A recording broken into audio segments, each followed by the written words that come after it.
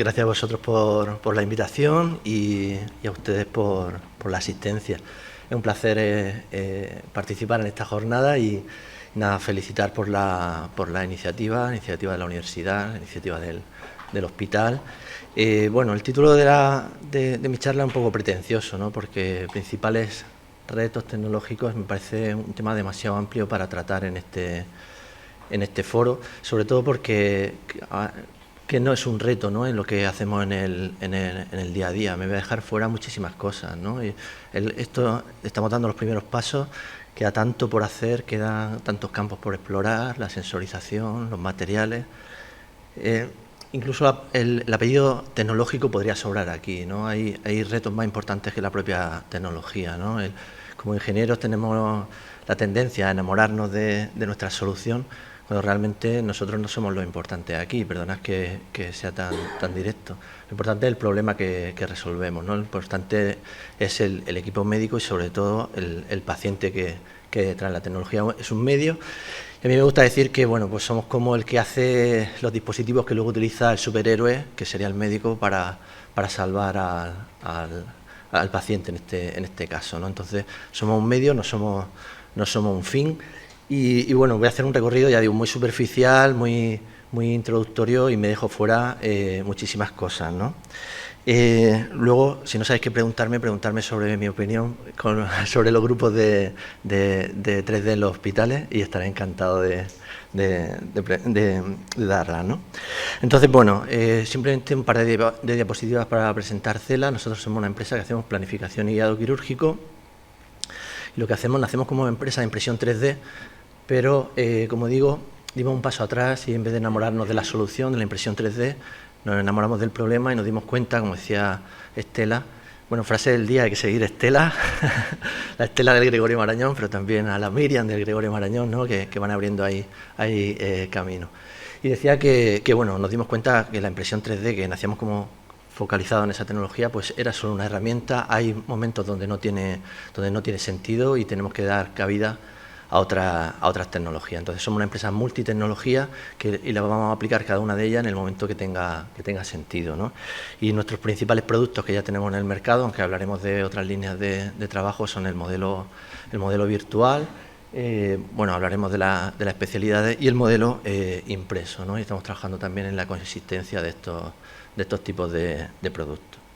Entonces, bueno, como empresa que nace solo focalizada al punto de la planificación, también nos dimos cuenta de que una cirugía no termina, la planificación no termina cuando empieza la cirugía, ¿no? Entonces tratamos de cubrir todo el ciclo de vida de una cirugía, en principio compleja, pero nos gustaría que se fuera ampliando ese rango, ¿no? Entonces tratamos de ayudar en la planificación, pero también, como se ha hablado aquí, estas tecnologías tienen todo el sentido del mundo en la simulación, en el entrenamiento, pero luego en el guiado quirúrgico.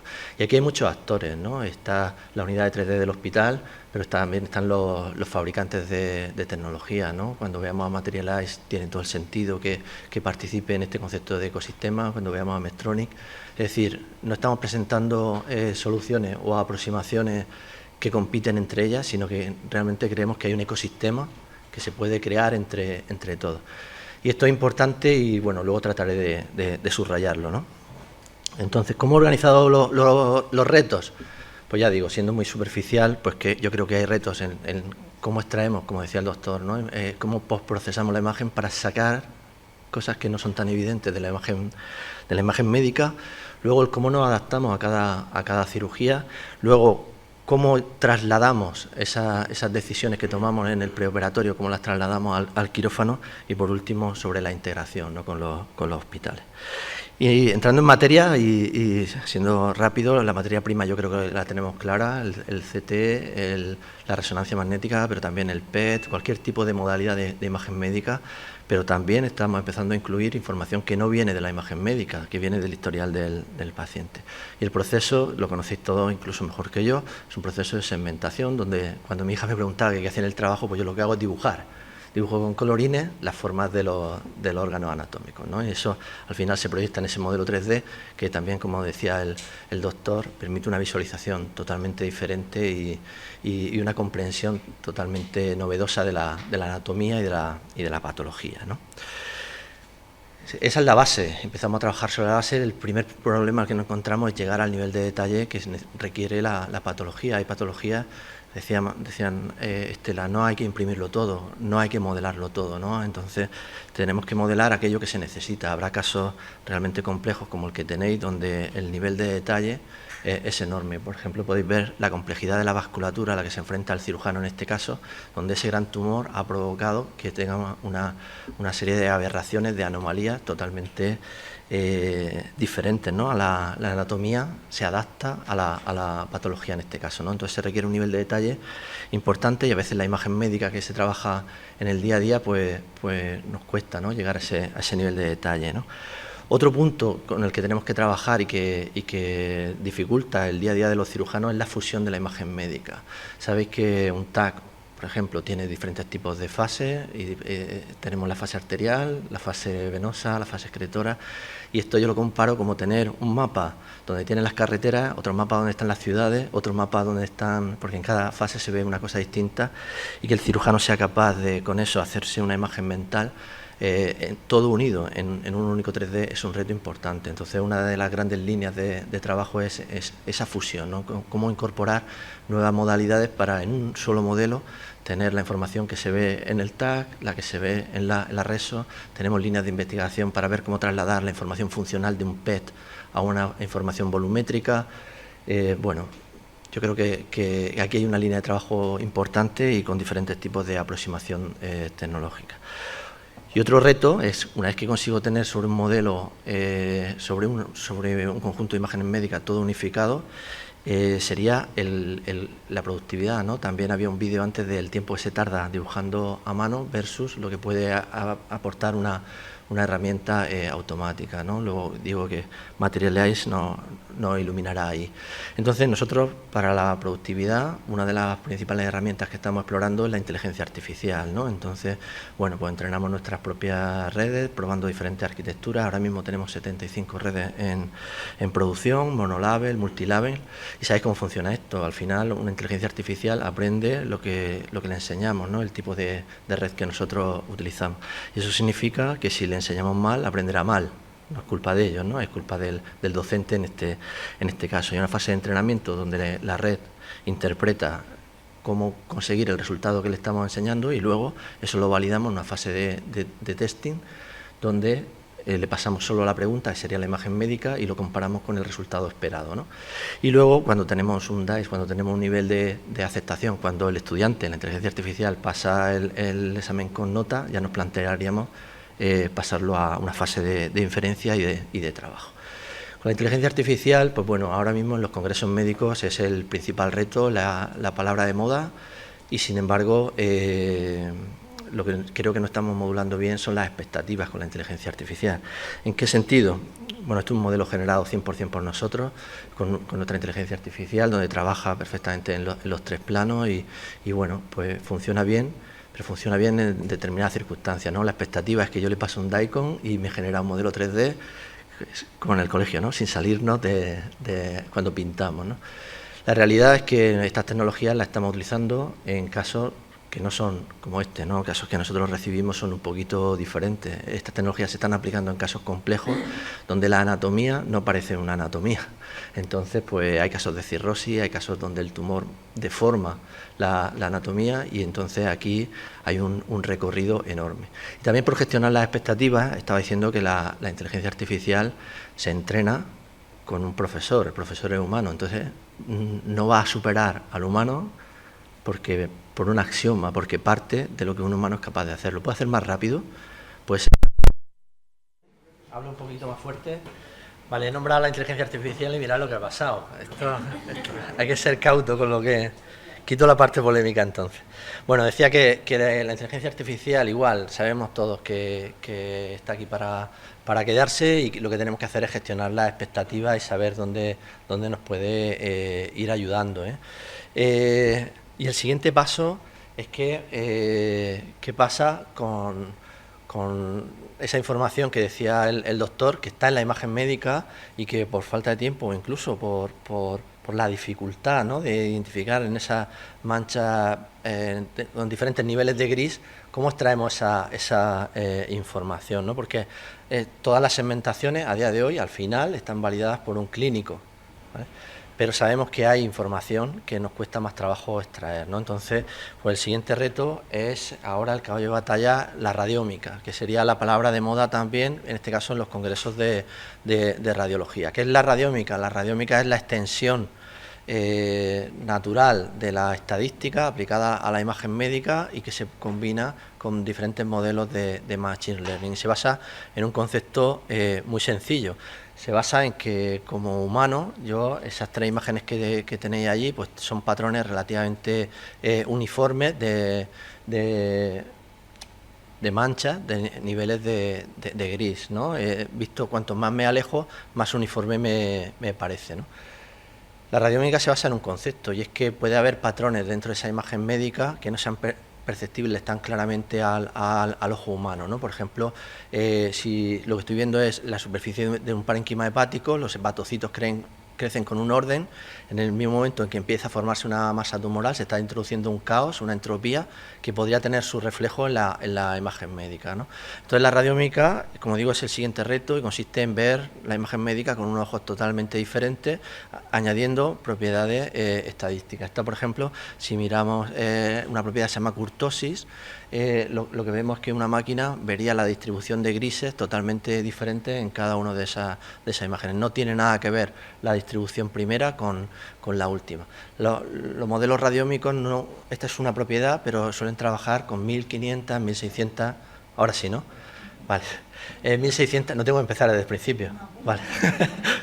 Vale, pues nada, decía que estamos trabajando en modelos que tratan de extraer una información, que tenemos la dificultad de cómo validamos eso a efectos de un validador externo, ¿no? Entonces, aquí se incluyen proyectos con ensayo clínico que se tienen que validar con anatomía patológica, y lo que nos van a ir señalando son posibles indicios de patología que no son, como digo, tan evidentes, ¿no? Pasamos de un análisis cualitativo a un análisis cuantitativo, ¿no? Y bueno, tiene muchísimas utilidades en diagnóstico en plano, en caracterización de tejidos también, ¿no? Sería un reto tecnológico que creo que ninguno de los que estamos aquí deberíamos de perder de vista, porque todos estos que he comentado lo que van a hacer es enriquecer el modelo 3D sobre el cual construimos nuestro trabajo, ¿no? Lo siguiente es lo que acabamos de ver, es que cada cirugía es totalmente diferente. Nosotros lo que hacemos es producto sanitario a medida, ¿no? Lo que estamos hablando aquí. Cada paciente es diferente, pero es que cada especialidad clínica es totalmente diferente, y las preguntas que se hace un cirujano de hígado no tienen nada que ver con las de un traumatólogo o una cirugía una neurocirugía. Y eso es importante. Nosotros al final nos hemos especializado en cirugía general, esas son las especialidades que nosotros trabajamos. Si veis, no está traumatología, que a lo mejor es la que más se ha presentado aquí. No somos especialistas en trauma. Podemos hacer un modelo de trauma, lo podemos hacer, pero lo haría como ingeniero.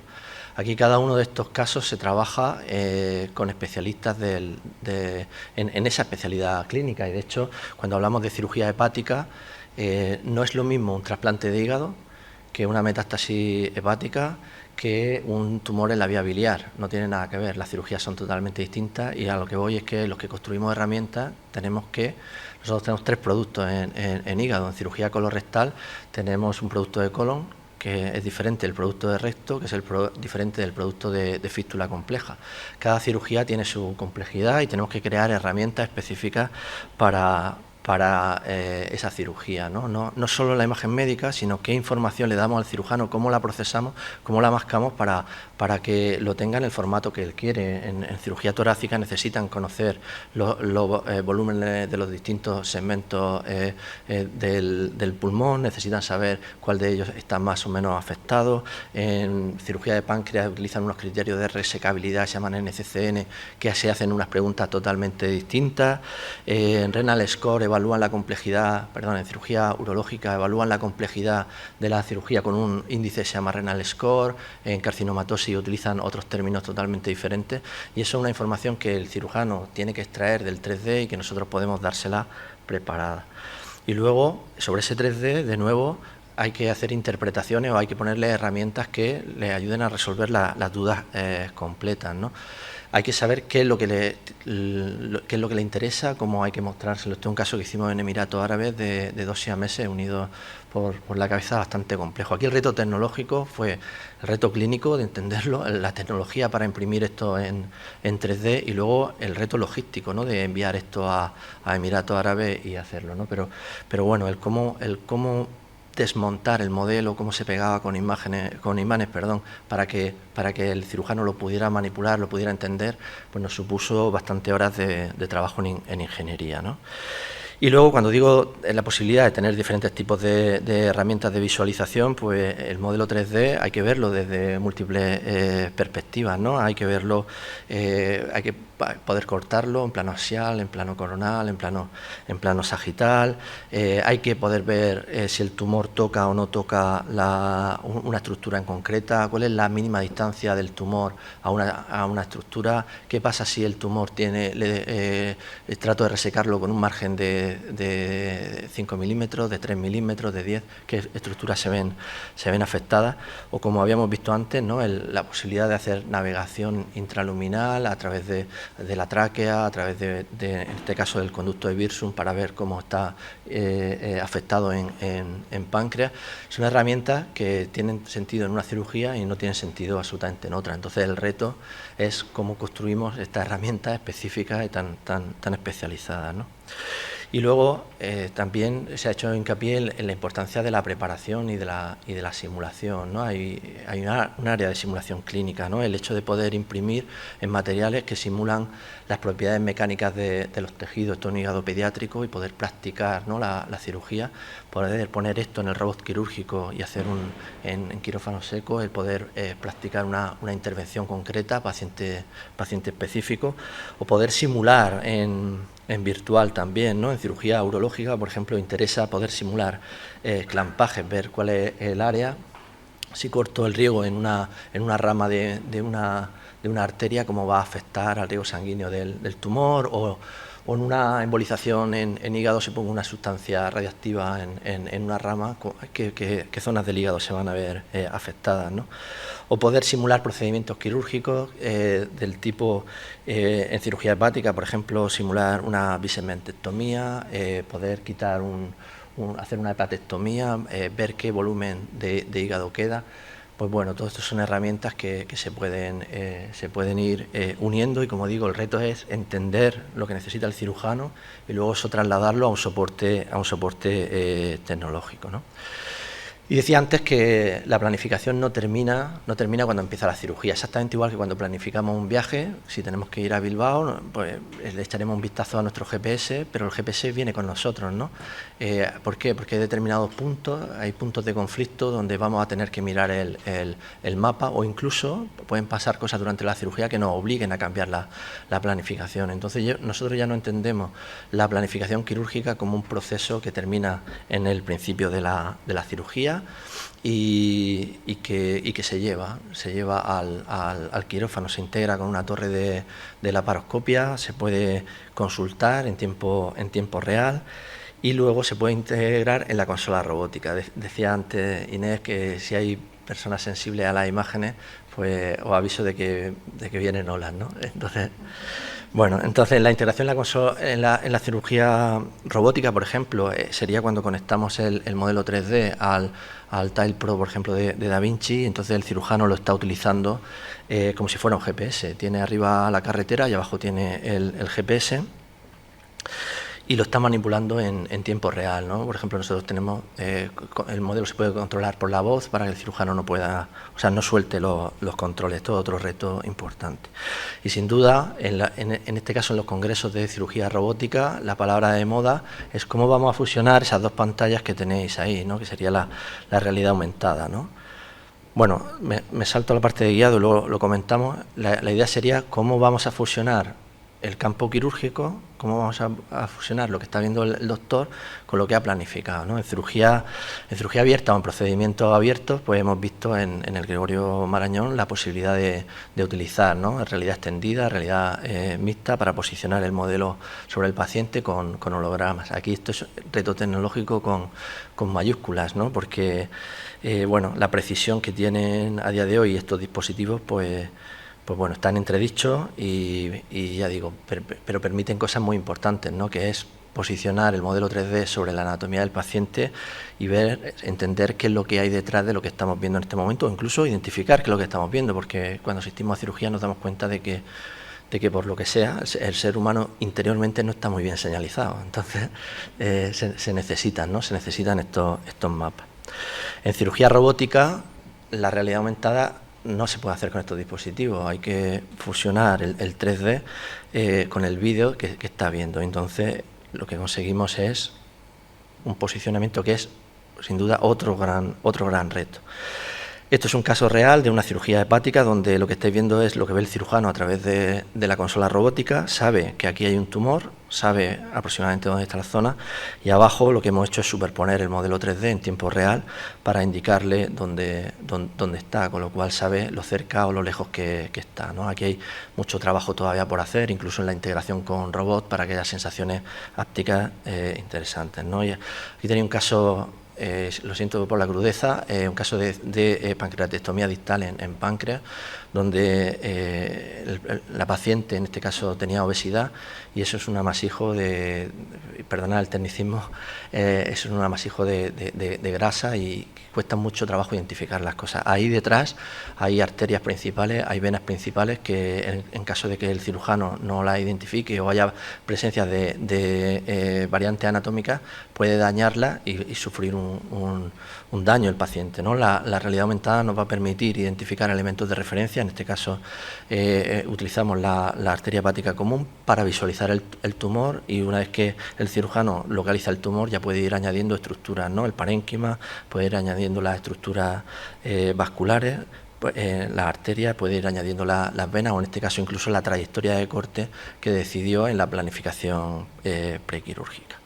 Entonces, esos son retos tecnológicos, y ya simplemente por terminar y enfatizar un poco lo que os decía en el break en el apagón, creo que hay otro reto fundamental que va más allá de la tecnología, que es la integración en el hospital, ¿no? Una de las cosas que más trabajo nos cuesta a día de hoy es conseguir las imágenes médicas, algo que parecía trivial al principio. Pues el hecho de que nos podamos integrar con los proveedores de PACS, de RIS, para que ese flujo, y como decía ya antes, no sea tan fácil como quiero un modelo 3D, sea igual como quiero un TAC del paciente, ¿no? Eso es un reto que mover esa rueda. Hay tecnología por debajo, pero yo creo que no es tecnológico ese reto. Nosotros creemos que empresas como la nuestra, o como Avamed, que está ahí fuera, tiene todo el sentido del mundo que colaboremos con los hospitales, con los hospitales y con los laboratorios 3D. Colaboramos con el Gregorio Marañón, colaboramos con Sonespace, encantado de trabajar con Javier también, no solo en aplicar estas tecnologías en la práctica clínica. Tenemos proyectos de investigación para biobancos, por ejemplo, con el Gregorio Marañón. Estamos trabajando con proyectos de radiómica.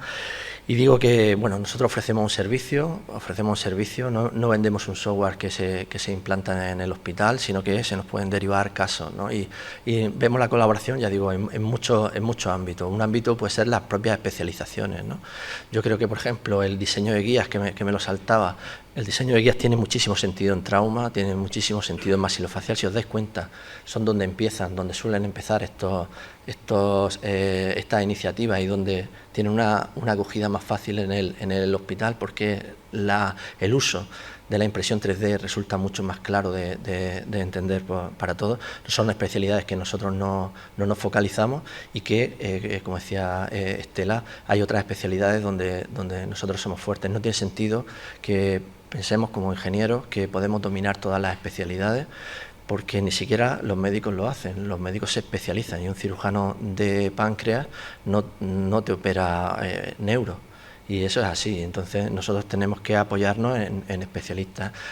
¿Qué pasa? En un caso en cirugía hepática hay muchísimos tipos de casos y nosotros, por ejemplo, creemos que nuestro modelo arranca teniendo sentido en la casuística más compleja. Entonces, aquí hay un recorrido importante, hay una integración natural a efectos de especialidades. Por ejemplo, este es un modelo que hicimos en SonSpaces para docencia, y luego hay otra colaboración a efectos de ese ecosistema, ¿no? de integración tecnológica, ¿no? De manera que hay casos en el Gregorio Marañón donde ellos han hecho una parte, nosotros hacemos otra, donde hay casos donde nosotros segmentamos y ellos imprimen, donde nosotros segmentamos y ellos utilizan su aplicación de realidad aumentada, hay casos que ellos segmentan e imprimimos nosotros, y al final hay una consistencia natural porque somos una extensión especializada en alguna área de la unidad 3D del hospital, ¿no? Y bueno, eso es un recorrido súper rápido. Tenéis mi dirección de correo. Me decía Javier que hay alumnos que están terminando el máster y podrían estar interesados en trabajar o en hacer prácticas con nosotros. Encantadísimo de que sea esa posibilidad. Tenéis las puertas abiertas y nada, gracias por invitarnos de nuevo, y no sé si tenéis alguna pregunta. Gracias.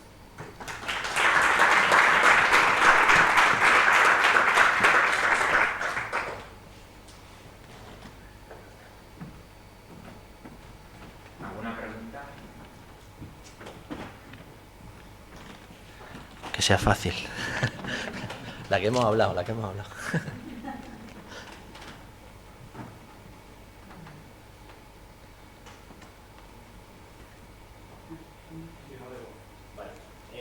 yo soy García Rayos y por entender un poco el flujo de trabajo, que más lo hemos estado hablando antes.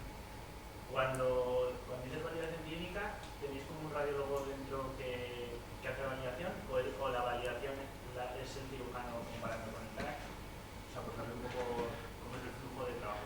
Pues mira, depende del nivel de integración en el hospital. Hay hospitales muy pequeños donde nosotros hacemos 100% el trabajo y nosotros tenemos radiólogos dentro de la compañía. Y tú recibes un producto sanitario con su certificado y validado por un radiólogo de la compañía. En el Gregorio Marañón, por ejemplo, ellos tienen radiólogos internos. Y esto es importante, el producto, que si colaboramos en un caso, es un producto del Gregorio Marañón. Es decir, la autoría, la firma, nosotros formamos parte del proceso, nos adaptamos y apoyamos, y en este caso es un radiólogo, un médico del Gregorio Marañón el que lo valida. También, ya digo, hay varios niveles y hay hospitales con los que tenemos un acuerdo de planificación quirúrgica conjunta. Entonces, en caso de la planificación se hace con el cirujano, entregamos el modelo y planificamos con él, y pasa a veces que hay discrepancias entre el informe radiológico del hospital y lo que nosotros hemos visto, porque tenemos otras herramientas. En ese caso se invita al equipo de radiología y se discuten los casos conjuntos. ¿Sí? La idea es que al final nos adaptemos a la práctica asistencial del hospital. ¿Sí?